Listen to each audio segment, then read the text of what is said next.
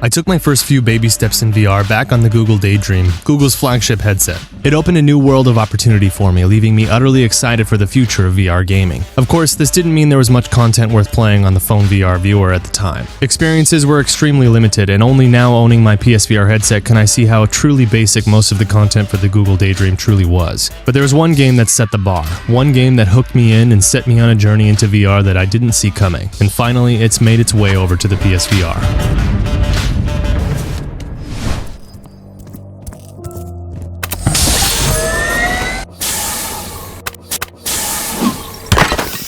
Eclipse: Edge of Light is an otherworldly exploration title where you are marooned on a strange alien planet full of mystery and a past that you will uncover as you progress. The gameplay hinges around a few simple but well-used mechanics for you to interact with the world around you. You'll use your jetpack to get around the environment, along with an artifact, which is really just a fancy word for a glowing ball that you will have to throw to interact with objects around you. This will create platforms for high-to-reach places, open passageways, attract wild animals, and much more. You will also use the artifact to scan ancient relics within the environment, telling you more about the story and history of this ancient civilization. The gameplay is fairly basic, and may leave some players wishing there was a bit more to it, but having the right expectations is everything, and after playing and beating Eclipse once before back on the Google Daydream headset, I'm left wondering what I was expecting several years later on the PSVR.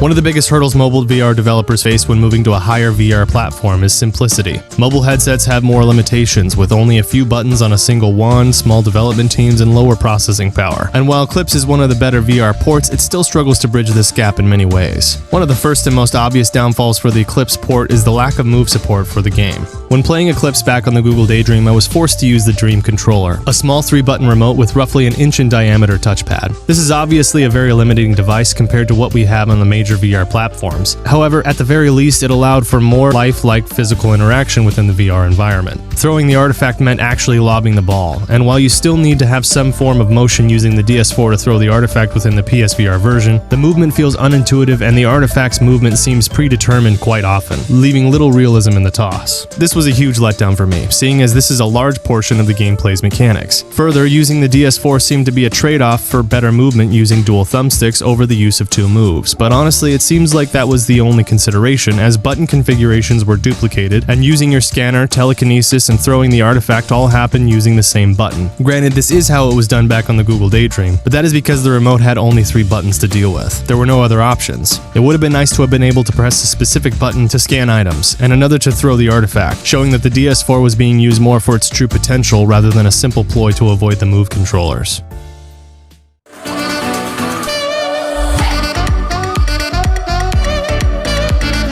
Honestly, Eclipse is a solid experience. It boasts about 3 hours of gameplay, a higher resolution on the PlayStation VR headset, and plenty of story and mystery to entertain for at least one playthrough. Arm movements and animations look more solid on the headset and stood out to me more than I recall on the Daydream. The thing that left me feeling a bit underwhelmed is simply that the experience can feel a bit flat compared to other modern titles on the PSVR platform. But at the end of the day, I recognize that Eclipse is several years old now, and while it may not be as breathtaking as something like Blood and Truth or No Man's Sky Beyond, it holds its own as a solid exploration title for the headset, and that's saying a lot coming from a mobile VR port.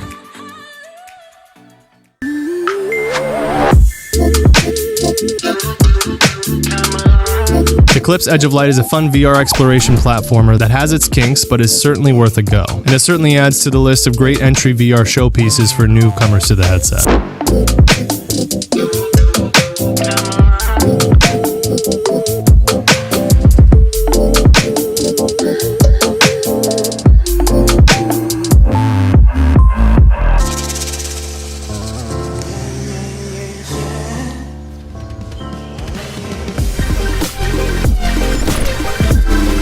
Hey guys, thanks so much for watching. If you enjoyed, please give the video a thumbs up, subscribe to stay tuned for more to come content, and leave me a comment with your thoughts, and I'll see you on the next one.